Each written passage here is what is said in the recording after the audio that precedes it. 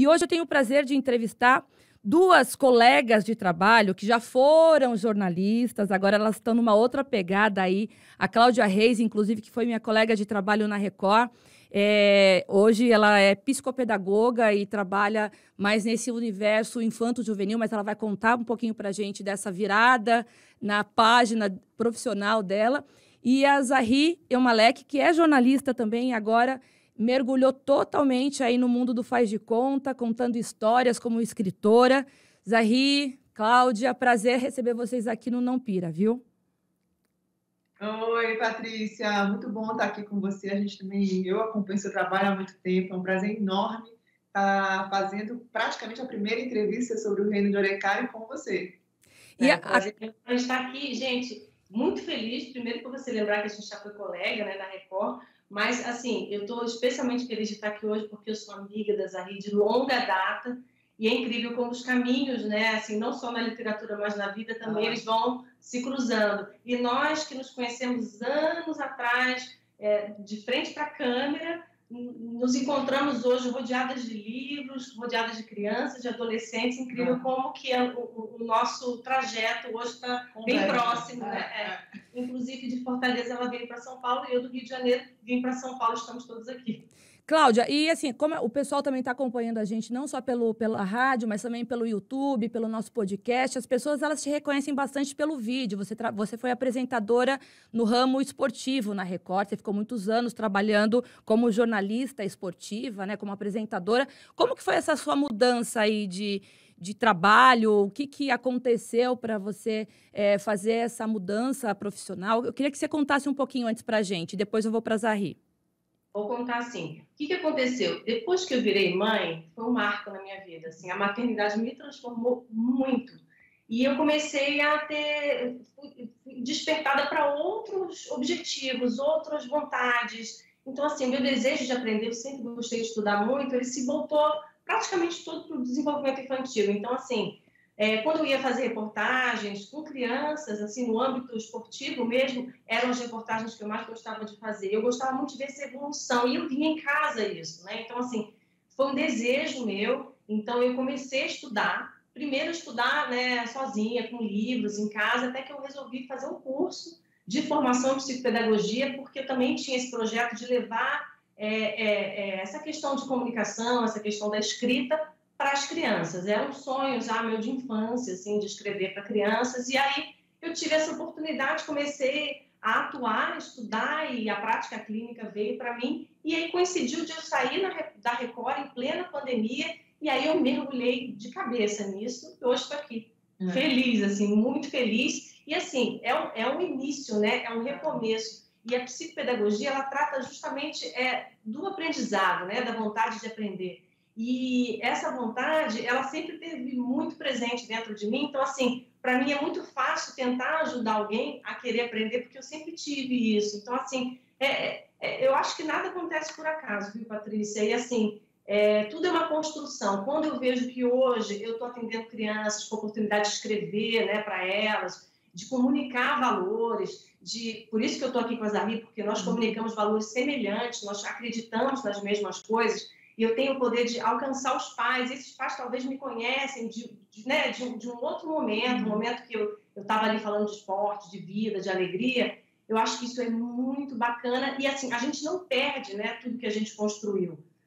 Tudo que a gente passou na nossa vida, isso a gente, né, fala muito na psicopedagogia, na psicologia, é nosso. Então, assim, por exemplo, estou aqui brincando com um livrinho, né, da Zahri. Esse livrinho tem muita coisa dela que ela carrega, né, da vida dela. Então, assim, o jornalismo, as experiências que eu tive ao longo de todos esses anos, eu fiquei só no Esporte Fantástico, foram 10 anos apresentando.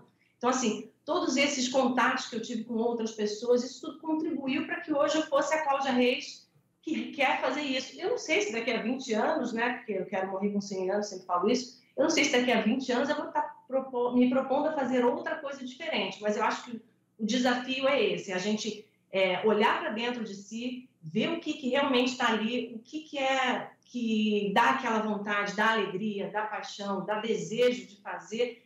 E quando a gente faz isso, a gente contribui para transformar, né, o mundo ao nosso redor. Eu acho que esse é o meu grande objetivo hoje. E essas transições de carreiras, elas são bem interessantes, né? É como boas jornalistas, nós somos contadoras de histórias, né? Então, acho que o jornalismo também contribui, né, para que a gente possa desenvolver esses trabalhos fora do jornalismo, né? E a Zahry está contando uma bela de uma história, uma história que eu achei muito fofa, quando ela me ligou falando que ia lançar um livro, que ela estava aguardando as 7 chaves aí, esse lançamento. Ela foi para São Paulo escondidinha, eu nem sabia que ela tinha ido para São Paulo para poder fazer o lançamento do livro. Mas eu queria que você contasse um pouquinho, Zahry, até o primeiro livro, o porquê que você escolheu uma fábula, né, para poder contar essa história, envolvendo uma contação de história envolvendo personagens crianças. E é o Reino de Oricari, é assim que se pronuncia? Oricari, isso. Conta pra gente um pouquinho, mas não tudo, tá? Porque deixa eu perguntar também alguma coisa, porque eu li a sinopse do livro, é muito fofo, mas eu queria que você falasse também um pouquinho dessa transição de sair de redação. Eu sei que você escreveu muito tempo aqui para o Diário do Nordeste, né? Como jornalista de impresso. Também adora escrever sobre esporte, né, Zahry? Acho que também essa coincidência aí com a Cláudia. Mas em que momento que deu esse start na tua vida de falar, não, eu quero escrever um livro, eu quero partir para esse caminho, agora é a hora, saiu daqui do Ceará, foi para São Paulo, o que aconteceu? Conta um pouco para gente. A minha história, a minha trajetória no jornalismo, ela é bem diferente da de todo mundo, né? Eu fui convidada para apresentar um programa de TV, apresentei, e eu estava dentro desse universo, e aí eu passei a colaborar com o jornal, porque eu sabia que eu podia somar com eles gostavam do que eu fazia, e eu não era contratada deles, era uma jornalista que atuava colaborando, e aí eu podia passear e transitar por esse universo. Passei pela assessoria de comunicação também, depois também passei pela rádio. Então, só nesses 4 pontos, são 4 formas de escrever diferente, né? Porque cada veículo tem uma pegada, cada veículo de comunicação fala e se comunica de um jeito muito próprio, né? E aí, depois, eu passei por um período de virada também, que foi o período que a minha mãe adoeceu e eu precisei dar um time na minha vida para poder resolver aquilo que eu tinha que resolver. E, ao mesmo tempo, eu pude, naquele tempo, entender, eu já vinha insatisfeita com o que eu vinha fazendo. Eu acho que a assessoria de comunicação é incrível, mas eu não estava comunicando o que eu desejava comunicar. Eu acho que o grande lance é esse. E aí eu ficava naquela, mas o que eu vou fazer? E eu entendi que eu tinha que escrever. E nesse período eu tive uma excelente oportunidade. Eu fui convidada por um cliente que eu atendia, que é um grande amigo também, para escrever como ghostwriter, ajudá-lo, na verdade, a construir o livro dele, que é o Destino Alasca, uma viagem de moto de São Paulo para o Alasca, cheia de aventura, minha cara. Afinal de contas, eu e a Cláudia, a gente se conheceu fazendo rally pelo Brasil, pra você ter ideia. Comemos muita poeira já junto. A Cacá, antes da Record, ela apresentava um programa de rally na Sport TV.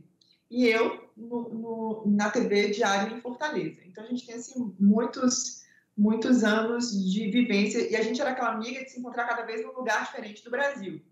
Bom, depois desse período que eu entendi que eu queria escrever, eu não sabia sobre escrita. Eu sempre fui leitora. E eu costumo dizer que eu era boa aluna de português porque eu lia. Eu fazia release porque eu lia. Eu não tenho uma escrita, Patrícia, técnica. A minha escrita ela é muito intuitiva. Eu sempre escrevo. E quando eu sentei e escrevi, eu também não sabia que eu queria escrever para criança. O que eu sabia é que eu tinha um incômodo muito grande com os valores que a gente tem absorvido e como a gente tem tratado sobre isso.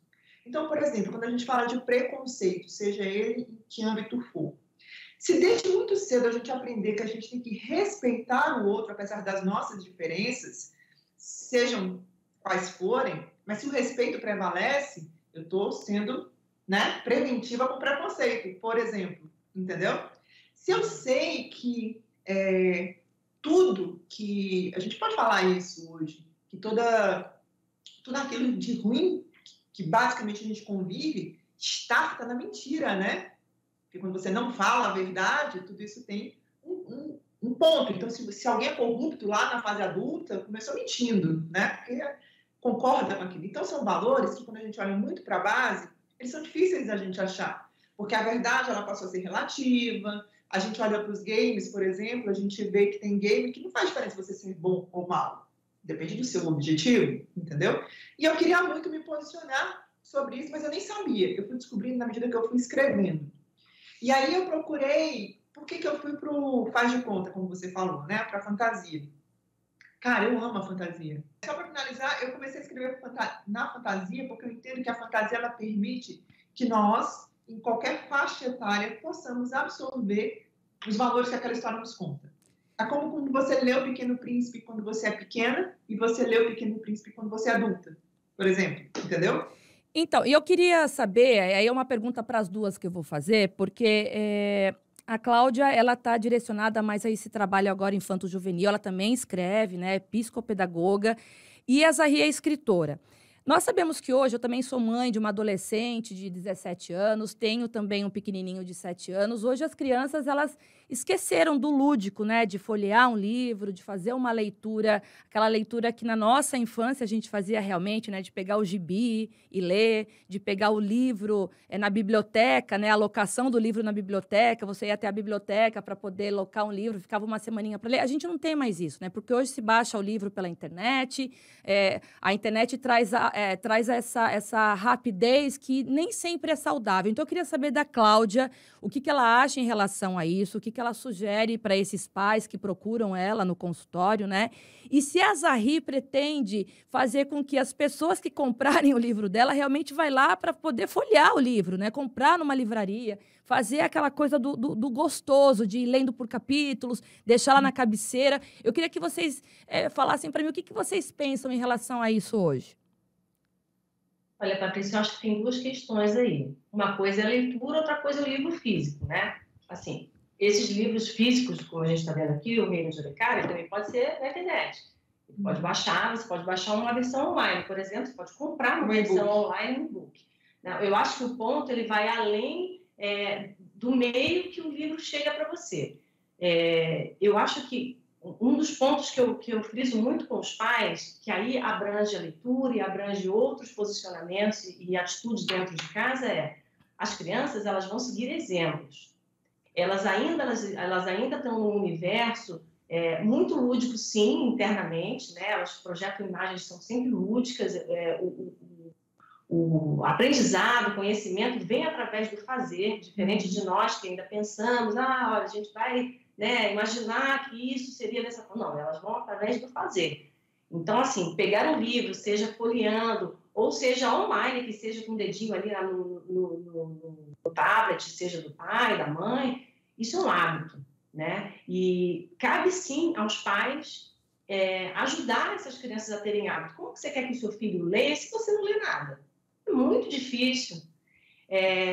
Tem crianças que eu conheço que aprenderam a ler sozinhas, antes de 5 anos de idade, porque têm acesso a muitos livros e aquilo se torna algo curioso para elas, e elas vão lá e aprendem a ler. Como tem crianças que com 11 anos, 12 anos ainda não estão alfabetizadas, porque elas também, de fato, não têm acesso a esse material. É claro que agora a gente está falando de um momento pandemia, pós-pandemia, enfim, e que essas crianças ficaram basicamente 2 anos restritas, muitas num ambiente, né, basicamente virtual, com pais muitas vezes trabalhando em casa ou fora, né? Então, assim, essas crianças elas ficaram muito privadas desse convívio, dessa socialização e desse fazer e descobrir, né? De mexer, de pegar. Então, assim, como é que eu vou saber que isso vira? Se eu faço assim. Então, assim, a criança ela vai aprender dessa forma. A leitura... Ela tem a capacidade de transportar essa criança para outros universos. Mas aí, para isso, no caso, você disse que você tem uma filha, né?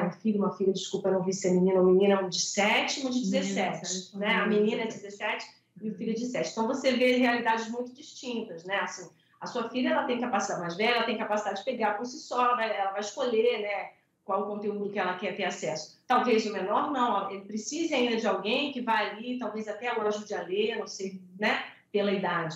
Então, assim, os pais, eles sim têm papel fundamental e o exemplo, eu bato muito nessa tecla com os pais, do exemplo. E olha, os pais, eles não são perfeitos. Eu sou mãe de uma menina de 6 anos, eu não sou perfeita, eu vou errar, né? Nós erramos, nós somos seres humanos, que bom que nós erramos, nós temos a capacidade de ir lá e depois falar, olha, errei, não era assim, eu achei que seria dessa forma, e não foi. Eu acho que esse diálogo, ele enriquece muito, né? E aí entra, sim, a questão da leitura e e outras coisas que as crianças podem fazer em casa com os pais, né? Eu não sei se eu respondi muito a sua pergunta, mas, assim, o que eu quero te dizer é o seguinte, uma coisa é a leitura por si só, o despertar para você ler um livro, seja online, seja físico, né? Porque eu acho que ele tem uma importância muito grande. Outra coisa são as telas, de fato, você ficar em jogos, e há uma gama, né, de outras opções que talvez sejam mais interessantes para ela, né, para as crianças. Por isso que eu acho também, hoje nós temos outras plataformas, esse é o momento em que eu e a Zahri, nós estamos nos posicionando, talvez seja o início de um posicionamento, porém, nós temos que aproveitar essas outras plataformas, né, de mídia, e que às quais as crianças têm acesso, para estimular isso. E não é só a leitura por si. A leitura ela vai trazer a capacidade de formação crítica, né? de poder observar o mundo e tirar suas próprias conclusões. Enfim, é uma infinidade de atributos que a criança pode absorver para si. A gente fala em um outro momento com mais tempo. Não, na verdade, só pegando um gancho, até por conta da pandemia, eu fui uma mãe que não tinha paciência de acompanhar meus filhos nas tarefas online. Porque eu vi o desespero do meu menor, que ele tinha que ter aquele time para poder entregar uma tarefa, para poder fazer uma leitura, sendo que ele estava sendo alfabetizado. Então, assim, ele foi muito prejudicado, né? Tanto é que agora, só aos 7 anos, eu me lembro que com 6, 5 anos, eu já li alguma coisa. Ele, por conta da pandemia, houve esse prejuízo para muitas famílias, né?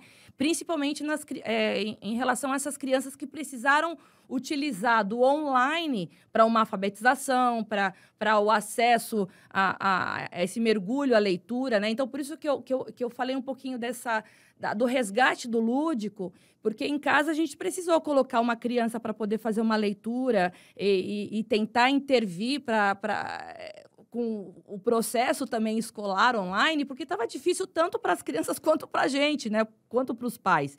Eu digo isso porque eu sofri na carne, né?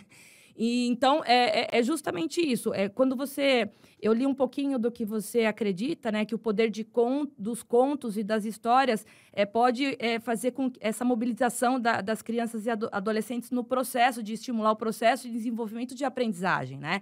E as crianças, nesses 2 anos, elas tiveram justamente esse período atrapalhado ou interrompido ou em prejuízo, né? Então, por isso que eu perguntei dessa questão do online, do lúdico, se isso faz alguma diferença. Mas, agora, para a Zahri. Zahri, a gente sabe que as pessoas elas podem ter acesso ao teu livro de forma online, mas você, como escritora, o que você quer para o teu leitor, para poder mergulhar na tua história? Eu queria fazer um adendo antes, complementando a fala de vocês. Orecai, por exemplo, é um livro que foi escrito, a faixa etária dele é 9, 10 mais, mas ele é um livro que tranquilamente você lê com seu filho. Nem é um livro gostoso para o adulto ler, e eu tenho recebido retorno sobre isso. Por isso tem um adulto também na história. Para que o pai ou a mãe que queira também trabalhar essa coisa da leitura aqui com o filho, porque a leitura ela também vem muito desse estímulo, de você sentar, ler o livro junto, compartilhar essa experiência, né? Todos nós contamos histórias. E, na verdade, tudo que a gente consome vem do storytelling, né? A gente está na rede social com um vídeo curto porque é storytelling, porque você quer a história. Você, como jornalista, está contando uma história. Eu, como escritora, estou contando uma história. A Cacá está escrevendo histórias junto com aquelas crianças, para que aquelas crianças se encontrem na sua própria história. Então, a gente faz isso o tempo inteiro. A fala é isso. Então, partindo desse princípio, claro que a experiência que você vai ter com o livro físico, ela é bem limpa. Por exemplo, aqui, quando a gente escolheu, é um livro que você pega, ele é macio, ele é gostoso, a gente tem a relação com a ilustração, então você tem todo um cheirinho do livro. Mas essa cultura do impresso, ela vem muito de dentro de casa também, dessa relação que a gente tem com ter livros dentro de casa. Por exemplo, eu tenho uma amiga que ela tem um filho de 5 anos, e os livros que tem na casa, visíveis para você pegar, não tem uma biblioteca, não tem uma estante. Os dela ficam mais engavetados e os dele estão lá numa prateleira. É um tipo de experiência. Ela vai, e para ela é uma leitura lenta. Então, ela se esforça para sentar com o filho e ler os livrinhos, porque ela entende a importância disso para o filho dela. Porque hoje ela sente o fato dela não ser uma leitora mais ávida. Então, ela está reaprendendo a forma da leitura nesse processo. Claro que nessa situação, principalmente com a criança a partir de uma faixa etária mais baixa, o processo de leitura com livro físico, ele é mais agradável, é a história da experiência, de você pegar e abrir, né? Mas eu acho que a questão do e-book, ela amplia o alcance. Vou dar um exemplo. Bom, eu não imaginava o meu livro só no formato e-book. Porque, primeiro que eu amo livro, né? Eu me mudei e eu acho que eu carreguei mais livro do que mala, né? E livro é aquela coisa que o seu xodó te acompanha para a vida. Mas pensa aqui comigo. Porque nós temos um e-book, o Reino de Orecari está acessível em português para leitores brasileiros ou portugueses que acessem o idioma, que queiram no idioma português, na FENAC da França, de Paris, na FENAC de Portugal, tá numa grande rede americana, entendeu? Está disponível na Espanha. Então, o e-book, ele permite um alcance muito maior geograficamente, porque você fazer a distribuição do livro físico, ela é complexa. E você só consegue estar dentro da livraria se você tiver uma editora. Você trilhar um caminho independente, tanto que o meu modelo foi híbrido, eu fiz uma escolha de modelo híbrido. Porque como eu estou chegando no mercado, eu queria aprender, eu tenho fome de aprender, eu tenho uma curva de aprendizado, né, como escritora estreante. E é muito engraçado até, Patrícia, porque o povo pega o livro e não sabe se é homem ou mulher, né, Zahri, e acha que eu sou gringa, né? Já tem um nome lindo e forte, né? Como sendo lançada aí como escritora. Para encerrar, gente, aqui o nosso Não Pira e Respira, a gente estava conversando nos bastidores. Zahri, me corrige se eu estiver errada, mas você comentou que a própria experiência como escritora te ajudou de forma neurológica de uma situação que você passou aí pessoalmente, né? Conta essa experiência pra gente. Eu tenho distimia. Distimia é um tipo de depressão que afeta especificamente a minha concentração, a minha produtividade, muitas vezes a minha energia física. Você não me vê naquele lugar de tristeza profunda. Eu sou otimista, eu estou sempre, né, levantando de novo e tal, mas é exatamente porque eu sou tão perseverante, porque eu tenho esse foco, que chega uma hora que o meu corpo reage. Mas eu acredito que, mais do que isso, eu não tomo remédio, eu aprendi a digerir dias bons e dias ruins, porque eu sei que o dia ruim passa. Então, quando eu estou no dia ruim, eu entendi sobre o dia ruim. Mas esse exercício de entender os meus pensamentos, de entender, de fato, como as coisas se encaixam, vem muito do que eu peguei equivocadamente na infância e pude, ao compreender, virar o jogo. Na minha infância, os meus pais eram separados, sempre foram uma escolha deles, não quiseram casar, não quiseram morar na mesma casa. E a minha mãe dizia muito para mim que ela e o meu pai era um problema dos dois, os dois não ficaram tipo assim, não tinha nada a ver comigo.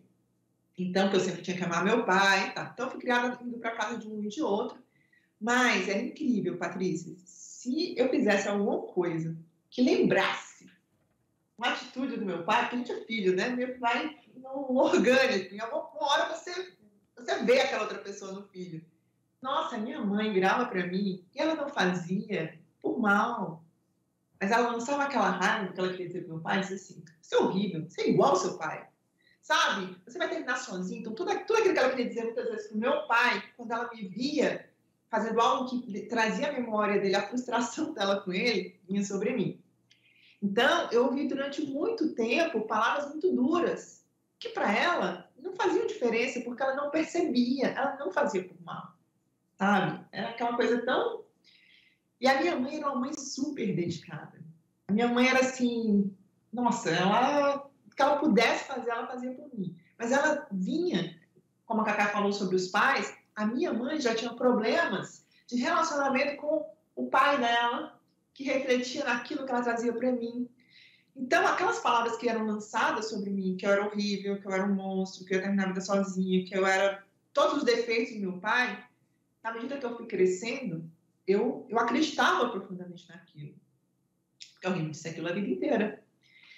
Então, quando eu entendi que eu podia separar, rever a minha mente, sabe? Renovar a minha mente.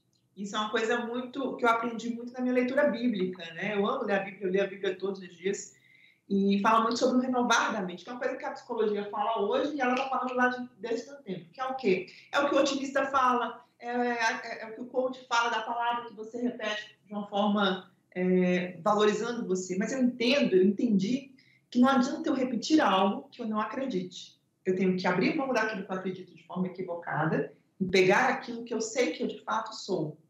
Então, eu compreendi quem eu era a partir do momento que eu comecei a pensar sobre o que eu pensava. E quando eu comecei a exercitar, pensar sobre o que eu pensava, eu pude perceber que palavras não eram minhas, que palavras eram lançadas sobre mim, que podiam me prender num lugar que não era o meu. E como eu podia simplesmente fechar a porta para aquelas palavras que, na verdade, queriam me colocar num lugar que ele era mentiroso sobre mim. Eu não precisava acreditar naquilo. Na verdade, eu precisava entender quem eu era. Então, Orecari também reflete muito isso, né? As armas das crianças são as palavras, porque as palavras elas têm poder tanto criativo quanto destrutivo. Depende de como a gente as usa. Eu queria saber da Cláudia, para a gente encerrar esse primeiro bloco, como a psicopedagogia vê isso justamente que a Zahri passou na infância. E qual que é a diferença da psicopedagoga para psicóloga ou para psiquiatra? Eu queria, até para quem está ouvindo a gente, né, não confundir as áreas aí. Aí eu queria que você falasse também de que forma que dentro do seu consultório você trabalha histórias parecidas com essa que a Zahri narrou na infância. O que você quer saber primeiro? Você me perguntou 3 coisas, agora já... Não, da forma que você quiser responder. Bom, em relação a... vamos esclarecer, então, olha, psiquiatra é um médico, né? Psicóloga é uma área também ligada à saúde, psicopedagogia é uma área ligada à educação. Então, esse psi que tem na psicopedagogia, ela envolve muitas questões socioemocionais, então... vai muito em cima do emocional da criança. Então, o psicopedagogo, ele atende crianças com transtornos de aprendizagem. Então, você acaba fazendo um trabalho multidisciplinar. Você fazendo um diagnóstico psicopedagógico, você pode identificar a necessidade de um neurologista ou a necessidade de um psicólogo, e a gente acaba trabalhando em conjunto com outras pessoas, inclusive fonoaudiólogos. Então, assim, cada um trabalhando em uma esfera, porém, todos juntos, quando há necessidade. Muitas vezes a criança simplesmente vai para o psicopedagogo depois de ser visto dentro da escola, geralmente é dentro da escola que se observa essa necessidade. Então, assim, muitas vezes a criança nem há necessidade de um encaminhamento médico, né? A criança, ela às vezes está passando uma situação ali em casa, e se o psicopedagogo ele tem um olhar sensível, e está munido de instrumentos necessários para verificar o que acontece com aquela criança, ele por si já consegue ajudá-la. Quanto às histórias, como que eu trabalho as histórias com as crianças? A história que a Zahri escreveu é um excelente exemplo. Quem tiver a oportunidade de ler, eu realmente recomendo. É um livro belíssimo, é um livro que está carregado de valores, é um livro que eu inclusive, já li para crianças que eu atendo. A gente, às vezes, lê um capítulo por dia. Então, semana que vem você vai ler mais? Eles gostam, assim, porque tem uma linguagem bem acessível para as crianças. E aí, quando as palavras que eles não conhecem, dizem, o que é isso? Eles ficam curiosos para saber, e você vai e explica. Muito legal. Mas, assim, o livro da Zahri é um bom exemplo, porque ele traz figuras...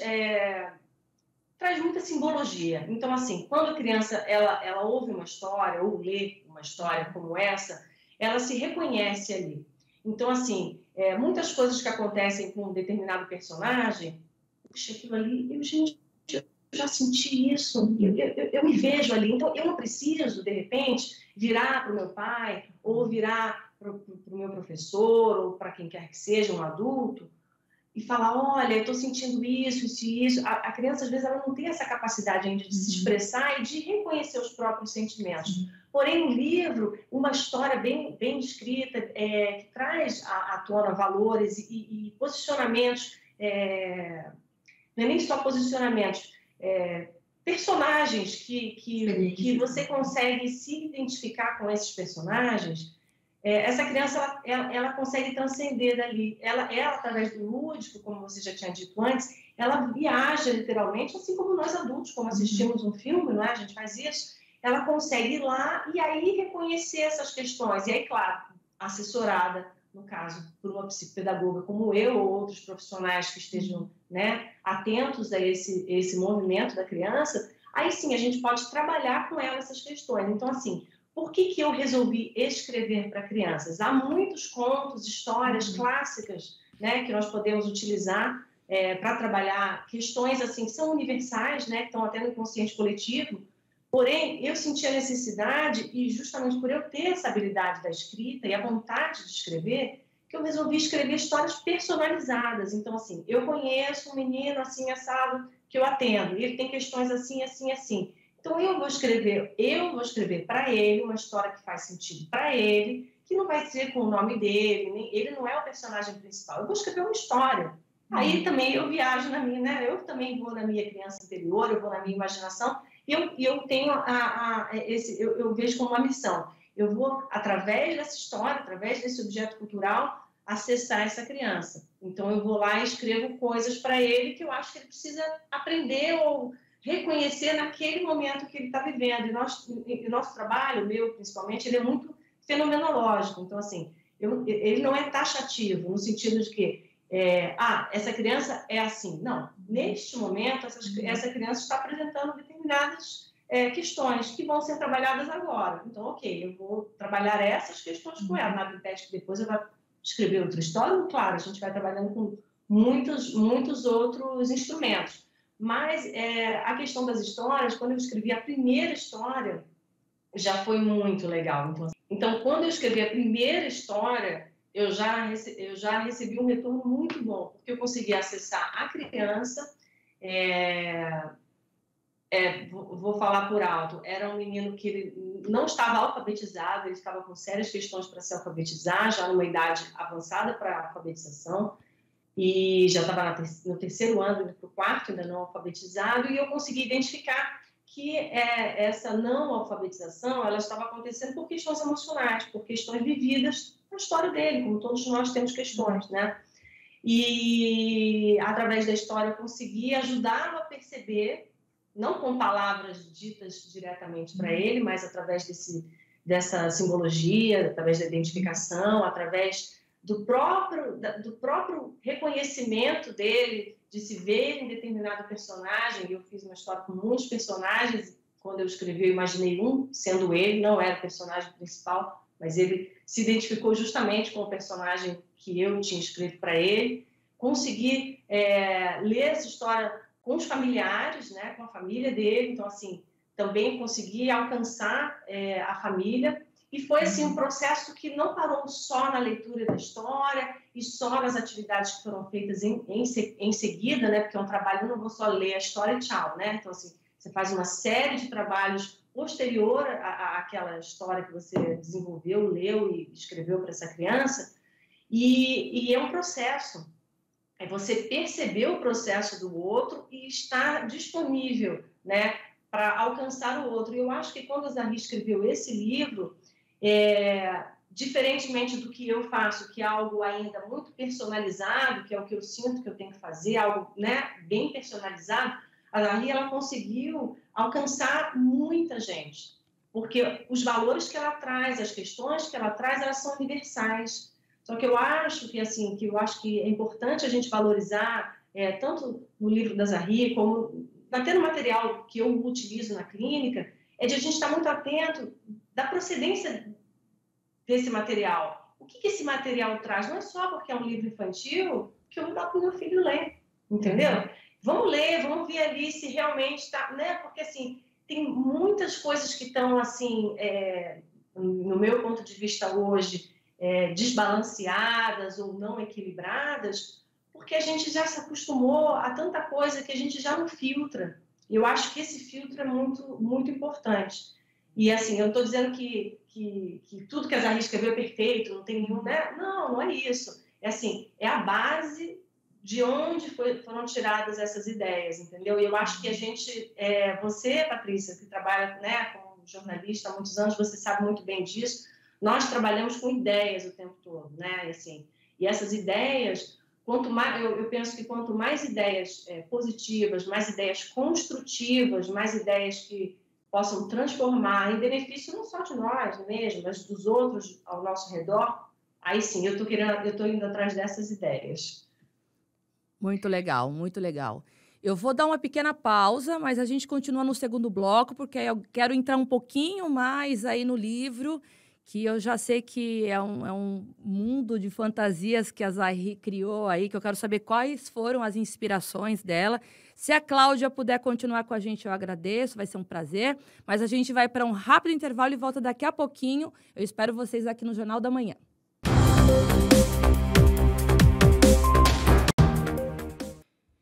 Estamos de volta com o seu Jornal da Manhã, entrevistas especiais de sábado. E hoje eu tenho o prazer de receber aqui duas colegas de trabalho, mas que elas estão em áreas diferentes agora. A Cláudia Reis, que era jornalista, conheci ela na Record, hoje ela é psicopedagoga.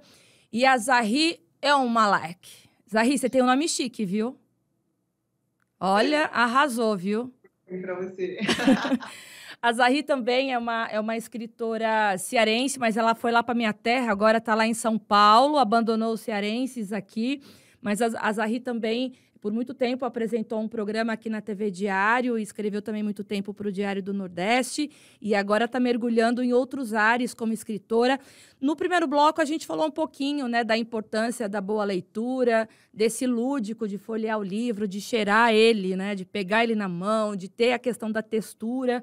A Cláudia falou também para a gente um pouquinho sobre a área dela, de trabalhar justamente esse lúdico, essa leitura, a importância dos contos e histórias, né, para a mobilização de crianças e adolescentes, para estimular esses processos. Mas agora, Zahri, eu queria entender o porquê que você escolheu como personagens crianças, por que você escolheu um mundo assim meio fantasioso, da onde veio esse nome. Eu vou pedir um pouquinho de licença para a Cláudia, porque agora a gente precisa entender esse mundo fantasioso de Zahri Elmalek, de onde que ela tirou tudo isso, quanto tempo para poder nascer esse teu filhote. Fala para a gente. Deixa eu só interromper rapidinho. Claro. Eu estou curiosa, porque eu acompanho esse livro há muito tempo, antes de ter sido terminado, e eu ainda tenho tudo. Então, peraí, Zahri, vai falando aí tudo. Show, então somos ouvintes agora, né, Cláudia? Eu acredito muito que no bloco anterior, a Cacá estava falando, eu chamo ela de Cacá, gente, dá licença. É muito amor. A Cacá estava comentando sobre a dificuldade de você encontrar livros que reflitam os valores nos quais você acredita, nos quais você compactua, naquilo que você quer investir, né, para que o seu filho ou sua filha possam absorvê-los e colocá-los em prática na vida deles. Então, no dia, saiu eu e ela aqui para dar um rolê nas livrarias. E a Cláudia estava procurando livros para trabalhar. Gente, chegando na livraria, ela botou a livraria abaixo. Quando eu olhei para ela, ela tinha uma pilha de, sei lá, era isso aqui de livro. E eu falei, nossa, você vai levar todos esses livros? Porque eram livros que ela estava procurando exatamente para ela poder levar para dentro do atendimento dela. Ela falou assim, não, agora eu vou ver do que eles realmente se tratam. Então, ela sentou e ela olhou todos os livros. Sei lá quantos livros tinha. Dessa pilha, ela levou 2 e no final ela entendeu que um se aplicava. É muito sobre isso, a questão da escrita. Quando eu sentei e eu escrevi para crianças, essa foi uma escolha tão orgânica. O que acontece, Patrícia? Tudo que acontece na nossa infância impacta para toda a nossa vida. Boa parte dos traumas, das doideiras, sabe, das síncopes e tudo isso que a gente está lidando no mundo hoje, tem muito do que a gente vivenciou na infância, sabe? Aquilo que nos traumatizou, aquilo que nos marcou positivamente. Se a gente pensar um pouquinho na pediatria, a pediatria fala que o primeiro ano, né, da criança, ele vai refletir para a saúde dela da vida inteira. E a infância vai refletir na nossa saúde mental para toda a nossa vida, sobre o que nós somos, o que acreditamos. Então, eu acredito que a criança, ela permanece na gente, né? Tem algumas teorias, né? Tem quem diga que, na verdade, todos os problemas são das crianças que estão aí, que ainda nunca evoluíram, amadureceram. Porque existem processos que são tão profundos, aquilo que a gente vivencia na nossa trajetória, principalmente na infância, que se a gente não tiver essa noção, a gente vai realmente ficar com aquilo não resolvido durante toda a nossa vida. O Reino de Orecari veio muito por isso, né? O protagonista, Pedro, ele é uma criança que ele carrega uma tristeza que ele não sabe explicar. Por que ele não sabe explicar? Porque, como a Cláudia comentou antes, muitas vezes a criança ela não está entendendo o que ela sente, sabe? Ela está sendo... Estão lançando sobre ela situações, contextos, palavras que ela não sabe como se posicionar, porque ela é uma criança. O adulto está ali para cuidar, para zelar por ela, né? Então, o Orecari, ele vem nessa pegada da importância da infância para toda a nossa vida. E aí, a gente tem 4 personagens. Um detalhe aqui do livro é que, se você vê os personagens, essa é a ilustração da capa, mas dentro do livro você não vai ver o rosto dos personagens, porque a ideia é que a criança ela possa se ver refletida ali, sabe? Não ter uma figura definida. Só um parênteses, Zahri. Oricari tem algum significado? O nome Oricari? Orecari, no japonês mais antigo, porque o japonês ele tem as suas variações, significa eu, ele, né? Essa relação do eu com o outro. Ah, legal. Entendeu? Aí, desculpa, aí a gente estava falando, então, do Pedro, da Cecé, da Gabi e do Fefe. São personagens que existem na tua vida real? Eu acho que uma das coisas mais interessantes nos personagens é que quando eu converso com pessoas que leram o livro, todos eles se veem em algum deles. Então, acho que Pedro, Cecé, Gabi e Fefe são personagens que carregam um pouco de todos nós. Então, quando a gente está falando do Pedro, que é o protagonista, ele vai para esse lugar porque ele é a criança que melhor expressa aquilo sobre o que ele acredita nele. Mas, ao longo do livro, as outras crianças também vão ter você também vai entender um pouco melhor o coração dessas crianças. Por isso que no livro, por exemplo, tem um capítulo no livro que é só para você conhecer o coração de Pedro. Porque se você não entender o que se passa dentro de Pedro, você vai julgar Pedro equivocadamente. Então, assim, o livro ele passa muito por isso, né? Quem nós somos? Como nós estamos percebendo as coisas? Se eu olhar para você, julgar você só a partir do que eu vejo, quando eu não sei o que você de fato está passando, ou eu não conheço aquilo que está te machucando, e porque você às vezes reage de uma forma que você nem sabe justificar, eu vou te julgar equivocadamente. Então, o livro ele tem esse propósito. Escrever para a criança pela importância da infância. Eu acho que as nossas crianças hoje, elas precisam de um bombardeio que existe hoje. Primeiro, a gente passa por um período de extrema sexualização infantil. A gente passa por um período em que existe uma relativação de valores. O poder do anti-herói, né? As histórias que são contadas sempre com uma pegada de que tudo pode. E quando a gente começa a pensar um pouquinho sobre o que é verdade, o que é mentira, o que é bom, o que é ruim, né? Se eu confio, se eu não confio. Eu acho que essa base ela precisa ser bem alicerçada. Então, o Orecari parte desse princípio. E a jornada dessas crianças vai contar para você sobre isso. Por isso que as pessoas acabam se identificando com os personagens. E qual que é a ideia do livro, Zahri? Quando você começou a escrever, quanto tempo demorou para você finalizar o livro? Como que ele nasceu na tua cabeça? E o que você pretende passar? Qual que é a tua ideia para quando um pai pegar esse livro para poder ler para o filho, ou o filho que já lê, ir lá e mesmo fazer a leitura? Qual que é o teu objetivo final como escritora? E também como que toda essa história nasceu na tua cabecinha, que não para de pensar, né? Porque eu sei que você é muito criativa, trabalhamos juntas, eu sei que aí não para de pensar, é tanta coisa, né? Patrícia, é muito louca a história, porque quando eu entendi que eu queria escrever, e eu falei, eu vou sentar aqui e vou ver o que sai, sabe? Eu não tinha uma meta, assim, uma coisa, vou escrever sobre isso. Eu sentei, e a primeira coisa que eu escrevi foi um esboço de Orecari. E aí, eu conversando, sabe o que vai mostrar? Eu acho que isso é legal, né? Mas é importante saber a opinião dos outros também. As pessoas começaram a me falar o quanto elas estavam achando interessante. Mas era um momento que eu não tinha como fazer aquilo, então eu engavetei.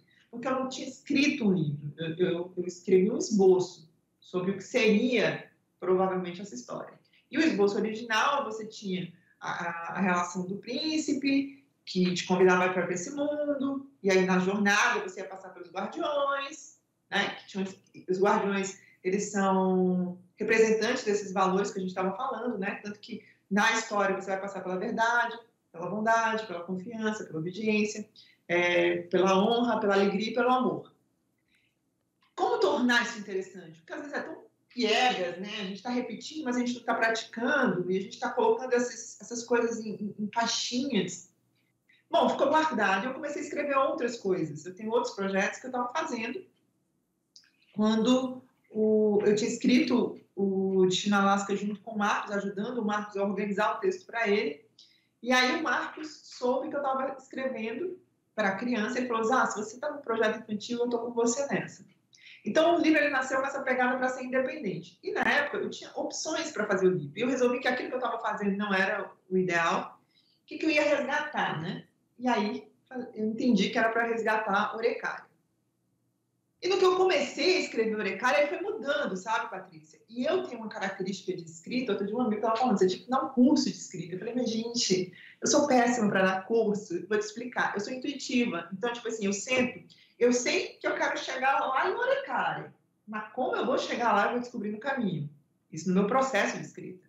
Então, tinha dias que eu estava escrevendo e falando assim, meu Deus, como que eu vim parar aqui? E agora, eu vou para onde?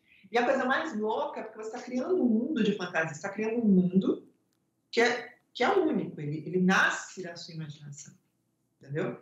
Então, por exemplo, você canta uma pedra aqui, que você vai ter que fazer a entrega dela lá na frente. E eu falava, será que eu consigo? E depois foi muito interessante, porque quando eu li o meu livro, eu falava, caramba, olha isso, deu certo, né? Mas eu quero ressaltar uma coisa nesse processo de escrita, principalmente da escrita, quando você tem essa pegada do lúdico, da fantasia. A fantasia, para mim, ela é talvez a forma mais interessante e atrativa para a gente falar com todas as faixas etárias. Exatamente porque você pode falar de algo que é muito profundo, de uma forma leve, e que a criança pega. E você pode, quando adulto, pegar aquela história que é tão leve e descobrir coisas tão profundas. Entendeu? E o meu grande referencial sempre foi C.S. Lewis, que escreveu As Crônicas de Nárnia. Você sabe que a gente tem 2 ícones, né, na literatura, quando a gente fala, inclusive, daquilo que foi transformado, que são clássicos que foram transformados em filmes, que são As Crônicas de Nárnia, e a gente tem O Senhor dos Anéis, né?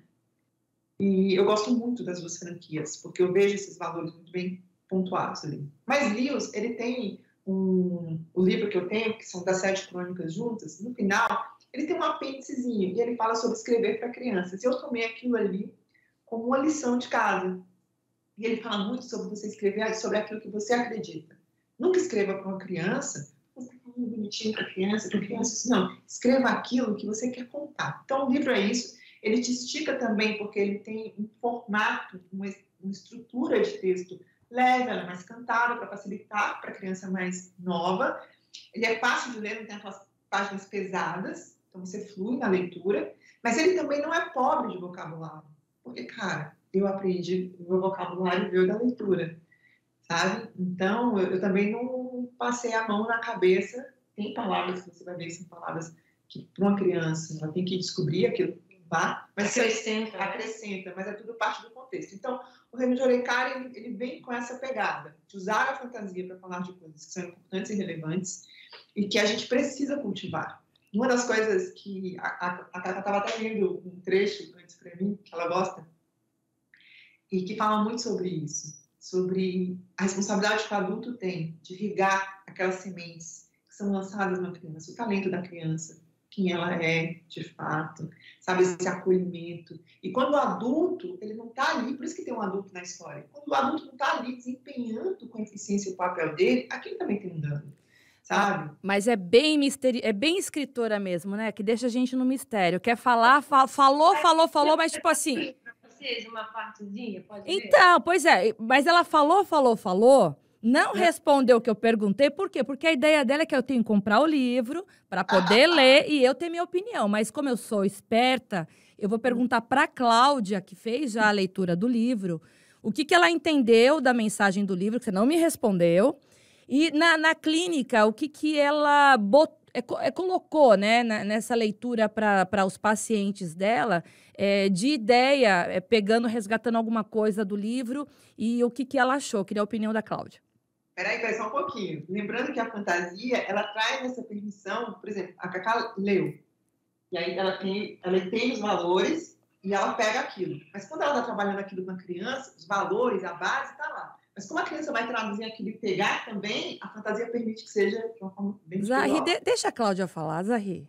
Deixa a Cláudia. Você teve já a sua oportunidade agora de falar, agora é a Cláudia. Ela que vai me dar a opinião do seu livro agora. E se eu for de fato falar, eu vou ficar muito tempo aqui. Não, então a gente tem 7 minutinhos para finalizar.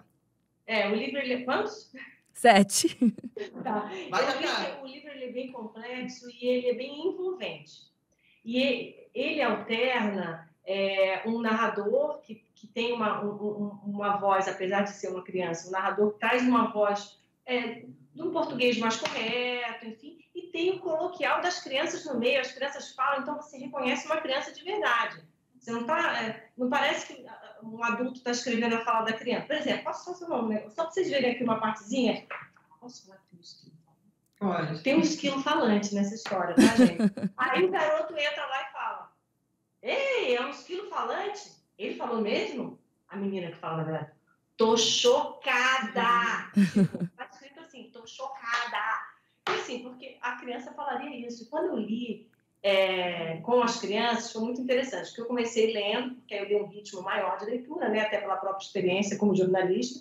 Porém, no meio, uma da menina falou: posso eu ler? Aí eu comecei a alternar, uma estava lendo já, aí a gente começou a alternar, o narrador virou eu, aí um personagem lia, o outro menino lia o outro personagem, porque eles estavam se vendo nos diálogos. Os diálogos, eles aproximam muito a criança da história, né? Então, não é uma história contada só sendo narrada, tem os diálogos. Porém, tem uma parte aqui dessa história que eu acho que dá para dar uma resumida sobre o que é essa história. Eu acho que essa é uma história de processos, é uma história de descobertas, é uma história de que, assim, para você, de fato, olhar para dentro, você tem que primeiro olhar para fora, ver o que tem, e aí você volta lá dentro, e aí você segue mais fortalecido.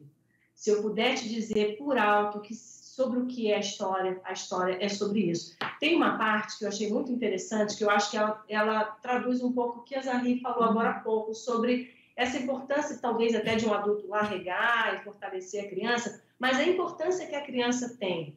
Ela tem muita importância. Eu acho que a criança, hoje em dia, cada vez mais, ainda mais com o acesso às mídias que as crianças têm hoje e o acesso ao conhecimento, elas sabem que elas têm importância, porém elas ainda não têm aquela base, então não sei para onde eu vou. Olha só que legal essa parte.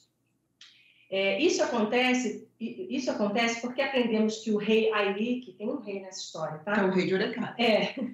Isso acontece porque aprendemos com o rei Airique. Aí essa parte que eu achei interessante, que todas as crianças carregam com elas importantes dons que, se desenvolvidos corretamente, as tornarão adultos generosos e gentis, que em harmonia e conjuntamente cumprirão seus propósitos e alcançarão uma vida abundante e cheia de alegria. E aí, continua dizendo que nesse reino o importante é brincar, que as crianças têm que brincar. E quando eu estudei psicopedagogia, uma das coisas que me chamou mais atenção e que me remeteu também à minha infância foi muito o estudo de Winnicott. Winnicott foi um pediatra inglês que ele trouxe muito para o trabalho de psicólogos e psicopedagogos, porque ele fala muito da importância do brincar e da experiência. E é quando a criança está brincando, quando ela está experimentando, que ela está ali no lúdico, ela constrói conhecimento, ela se descobre, ela se fortalece. O livro da Zahri, ele é muito sobre isso. São descobertas, são processos que as crianças passam, e elas não são filhos só. Elas são atuantes, elas transformam ao redor delas e a si mesmas. Eu acho que é um livro que ele traz à tona a força da criança. Eu acho que esse é o mais importante, eu acho, sobre esse livro. Eu acredito muito, sabe, Patrícia, se você me permite me dar aqui, que a fábula, né, ela tem essa força exatamente por isso. A história em si, que você perguntou, eu vou te responder, é a história de 4 crianças, sendo que a gente tem um protagonista que é Pedro. Eles estão brincando no parque e aí eles têm uma briga muito boba, mas um ofende os outros e nem percebe. Mas ele acha que tem razão. E aí ele se afasta, porque ele está tendo dificuldade de lidar com os sentimentos dele, que é Pedro. E ele acessa uma trilha proibida. Ele quer só se esconder. Lá ele vai encontrar um príncipe que tem um esquilo falante, e esse príncipe é o príncipe de Orecare, que vai, em determinado momento, as personagens vão se encontrar, porque nessa trilha a gente vai ter todo um contexto para unir o Pedro, os amigos que estão brincando, o pai dele, que diante de Gordi receberão um chamado de irem até Orecare, porque tem algo que eles precisam pegar em Orecare para combater um plano maligno de Distel, o destruidor de mundos, porque Orecare é um mundo num tempo fora do tempo. O rei de Orecare, Hyrik, ele criou todos os mundos, o nosso é um deles. E existe um plano de Distel de invadir cada vez mais o nosso mundo, não, com a maldade. Então, o que essas crianças vão nessa história é pegar algo no Orecare para que elas possam voltar e impactar o nosso mundo. Pois é, eu entendi que seria assim um resgate de valores, onde o caráter conta. Poderia finalizar assim?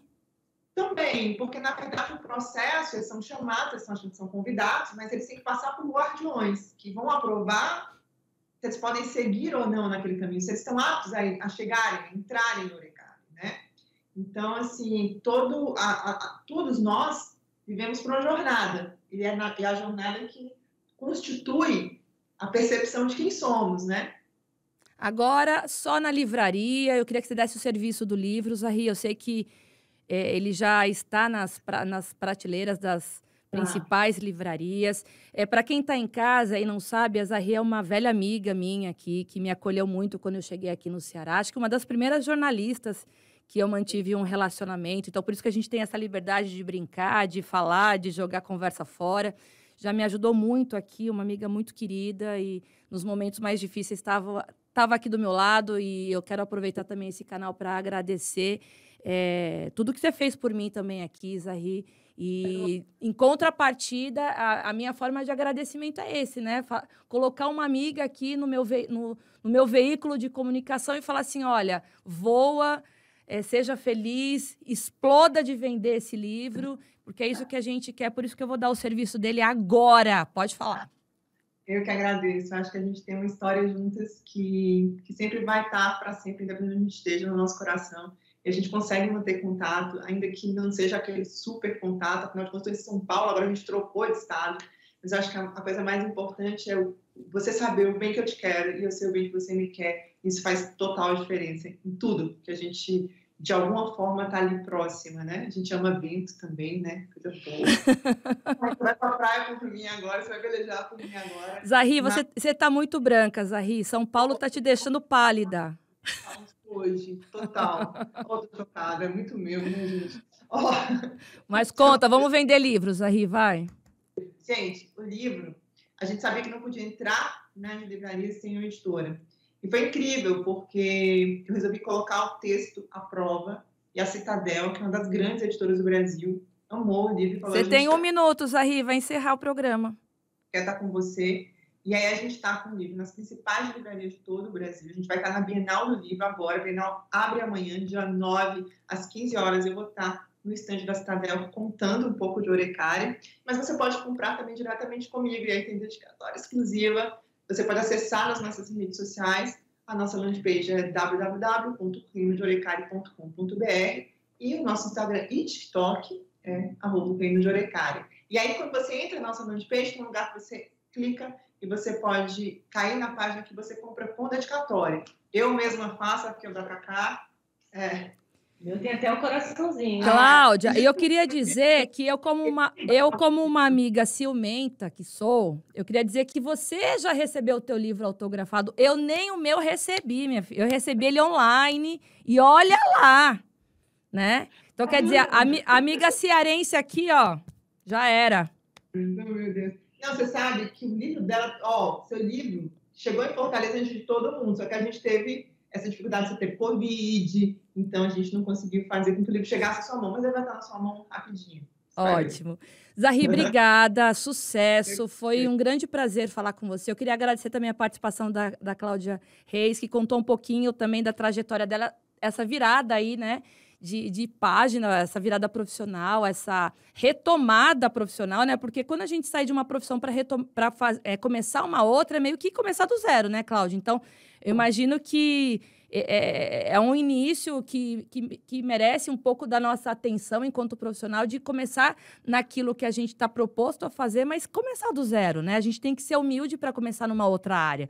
Então, você, de forma lindamente, conseguiu sair do jornalismo, né, que você não atua mais, como você contou para mim nos bastidores, mas iniciar numa outra profissão e falar agora dessa nova profissão com qualidade do que você fala, com estudo, né, que a gente sabe que você deve ter mergulhado realmente em muito estudo para poder falar com tanta qualidade no que você diz. Então, eu queria te agradecer também, porque além de você ser amiga da Zahri também, você veio aqui para poder contribuir e colaborar também na sua área. Muito obrigada.